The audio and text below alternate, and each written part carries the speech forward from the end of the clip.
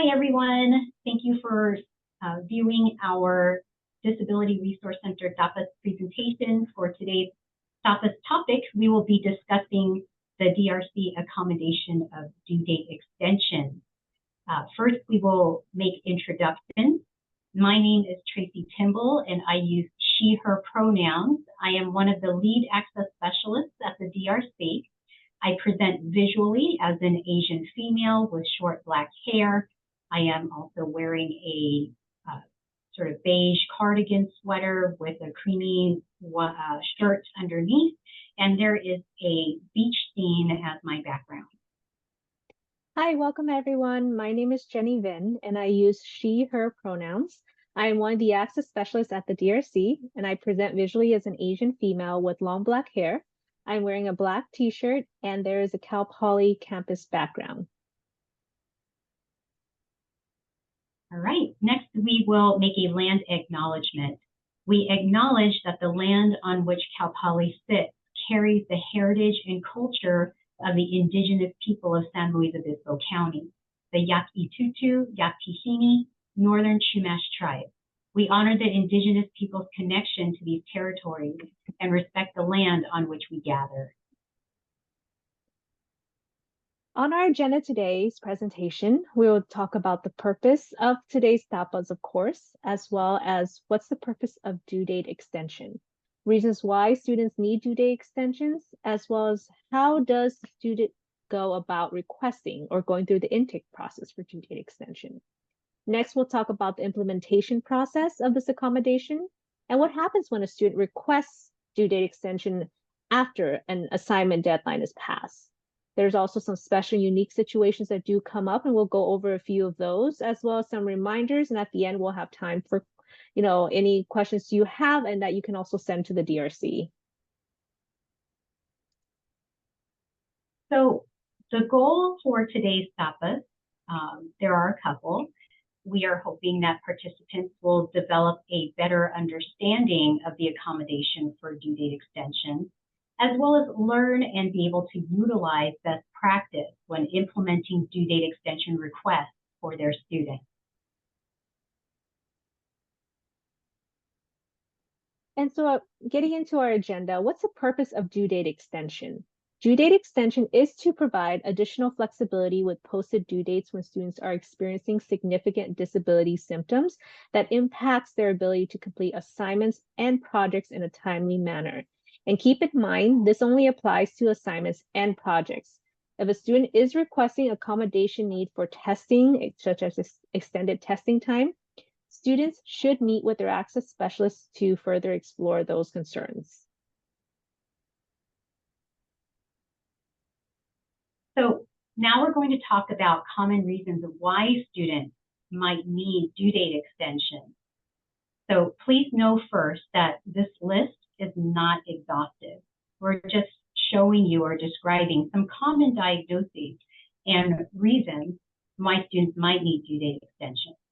So students might come to the DRC with confirmed diagnoses in the areas of ADHD, traumatic brain injury, learning disabilities such as dyslexia, dysgraphia, mobility issues, depressive symptoms, and health impairment.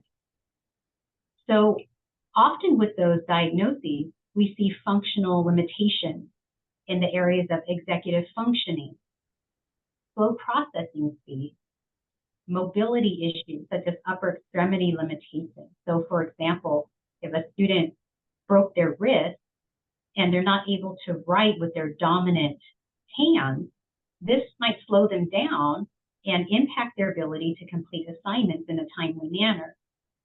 Some students might experience chronic migraine headaches that prevent them from sitting and completing assignments within the time frame allotted. So they might need a due date extension.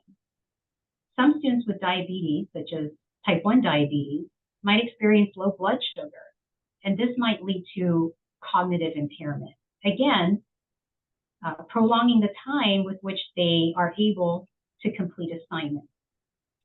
So all of this information that often comes through the doors of the DRC is usually verified during the DRC registration and intake process. If instructors have any questions or concerns about a student's accommodation, they should reach out to the Student Access Specialist.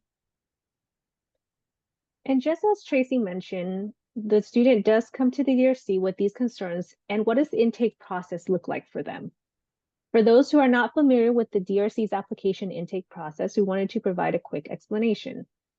The first step is that the student will complete the DRC application located on our website. And then second, they will submit medical documentation. If student has any difficulties with obtaining medical documentation, we welcome them to reach out for more assistance.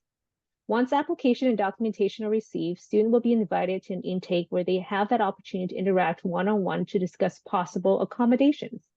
After intake, student will be guided through the process of requesting accommodations such as due date extension, as well as others, and how to send out their faculty notification letters.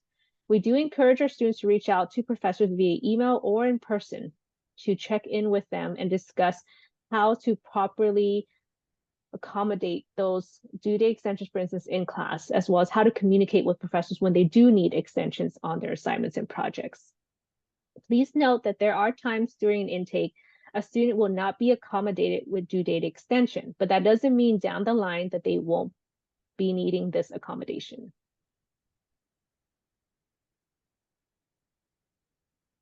So now we're going to discuss how to implement a due date extension request.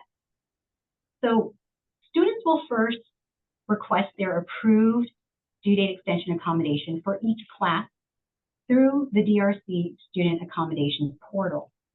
And during that process, they will notify their instructors by sending out faculty notification letters. Students are encouraged to follow up with instructors after sending out their faculty notification letters regarding the best way to communicate their accommodation needs for specific assignments. Due date extensions are not meant to be used in a blanket fashion. Students need to communicate with their instructors in a timely manner when there is a need for a specific assignment. But what does timely manner exactly mean? So as long as a student communicates a need prior to a posted due date, efforts should be made to accommodate the student. Access specialists usually encourage students to reach out to their instructors to use their due date extensions as early as possible. Please know that some students might experience unpredictable symptoms, resulting in due date extension requests that are made very close to a posted due date, sometimes even on the same day an assignment is due. These types of requests would be considered reasonable because of the unpredictable nature of the student's disability symptoms, and therefore efforts should be made to accommodate the student. If there are concerns regarding requests that are made with very short notice, instructors should reach out to the student's access specialist. In general, most students are approved for due date extensions of 24 to 48 hours. However, there are students with more severe or substantial disability symptoms, and those students would probably be approved for up to 72 hours. In some situations, it might even be reasonable to approve a student for more than 72 hours of due date extension. These situations don't happen often, but they do. This would need to be assessed and discussed with the access specialist, the instructor, and the student on a case-by-case basis. And what happens when the students do request a due date extension that's made after the deadline?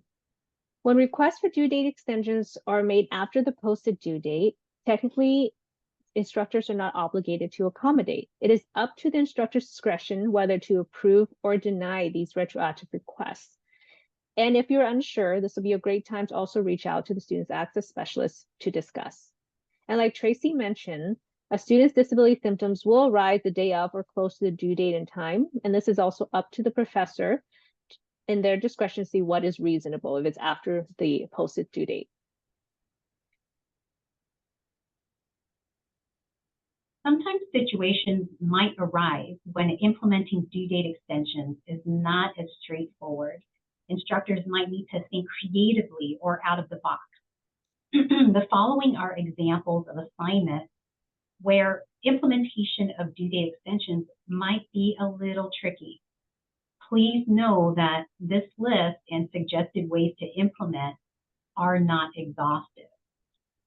When it comes to group assignments, the student might complete and submit their portion of the assignment or project later than the rest of the group, and grading can be modified to reflect this.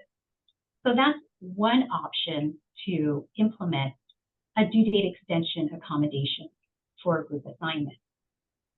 The student might receive a grade for their portion completed rather than be graded as part of the group.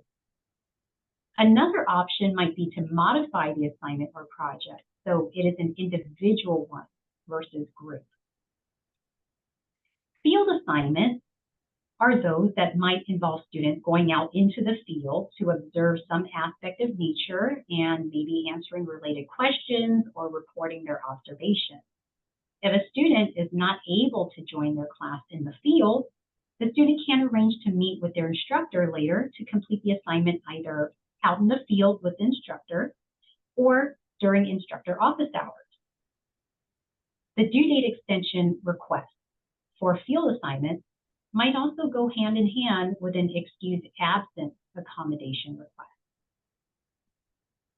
For presentation, if a student needs flexibility with an oral presentation, instructors might consider allowing them to reschedule their presentation or allow them to submit a recording of their presentation at a later date. For requests for due date extensions made towards the end of the quarter, which results in an instructor's inability to report the student's grade in a timely manner, the instructor might consider having a conversation with the student about setting up an incomplete contract. That is, if the instructor feels the student is eligible. Another option besides an incomplete contract might be to discuss an emergency withdrawal from the course. Instructors and students should do their best to collaborate and determine an appropriate due date extension solution for a special or unique situation. If instructors do experience difficulty resolving a situation with their student, they should reach out to the student's access specialist. A few quick reminders that a student is not obligated to disclose or discuss their disability information. Instructors should also avoid talking about a student's DRC status or accommodations in front of other students or other peers or faculty for confidential reasons.